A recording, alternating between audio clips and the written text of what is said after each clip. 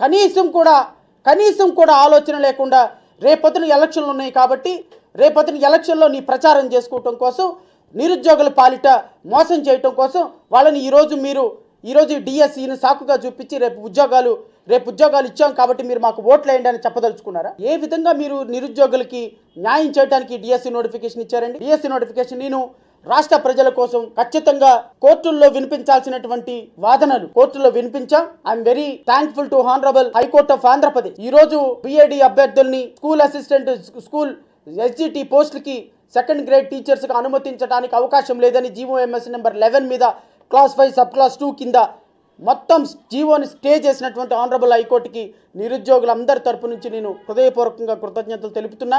ఎవరైతే నిరుద్యోగులు ఉన్నారో, ఎవరైతే అభ్యర్థులు ఉన్నారో వీళ్ళు ఆలోచించాల్సిన పని లేదు. ఖచ్చితంగా నోటిఫికేషన్ స్టే జరిగిపోయింది. ఏ విధంగానూ ఎగ్జామ్ జరిగే అవకాశం లేదు. ఈరోజు మధ్యాహ్నం జరిగే కేసుల్లో కూడా ఖచ్చితంగా నోటిఫికేషన్ స్టే అవుతుంది. నిరుద్యోగులందరూ కూడా నిరభ్యంతరంగా ఎలక్షన్ దృష్టిలో పెట్టుకొని ఇచ్చినటువంటి ఈ నోటిఫికేషన్ పట్ల ఏ విధంగానూ మీరు చదవలేదని నిరుత్సాహపడాల్సిన అవసరం లేదు. ఎట్టి పరిస్థితుల్లో ఈ నోటిఫికేషన్ కొనసాగదు. రాబోయే సంవత్సరంలో రాబోయే నెలల్లో అతి కొద్ది నెలల్లో ఏర్పడబోయే కొత్త ప్రభుత్వం ఏదైతే ఉందో కొత్త ప్రభుత్వం మరలా కొన్ని వేల పోస్టులు 1,80,000 పోస్టులుగా ఖాళీగా ఉన్నటువంటి నిరుద్యోగ ఈ డిఎస్సి అభ్యర్థుల పోస్టుల్ని కొత్త ప్రభుత్వం ఏర్పాటు చేసేదానికి, కొత్త ప్రభుత్వం ఫిల్ చేసేదానికి ఖచ్చితంగా అవకాశం ఉంది. ఈ ప్రభుత్వానికి నోటిఫికేషన్ కొనసాగించే అర్హత లేదు అని అయితే నేను చెప్పగలను. నిరుద్యోగులందరూ డిఎస్సి అభ్యర్థులు ఎవరూ కూడా నిరుత్సాహపడవద్దు.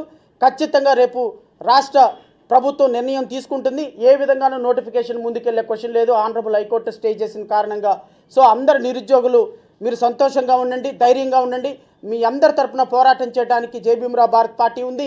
న్యాయవాదులు ఉన్నాం, న్యాయస్థానాలు ఉన్నాయి. డాక్టర్ బిఆర్ అంబేద్కర్ ఇచ్చినటువంటి రాజ్యాంగంలో మన హక్కులు పోరాటం చేసుకోవడానికి ప్రతి ఒక్క సందర్భంలో కూడా మనకు న్యాయస్థానాలు రక్షణగా ఉంటాయని అయితే మాత్రం నేను చెప్పగలను.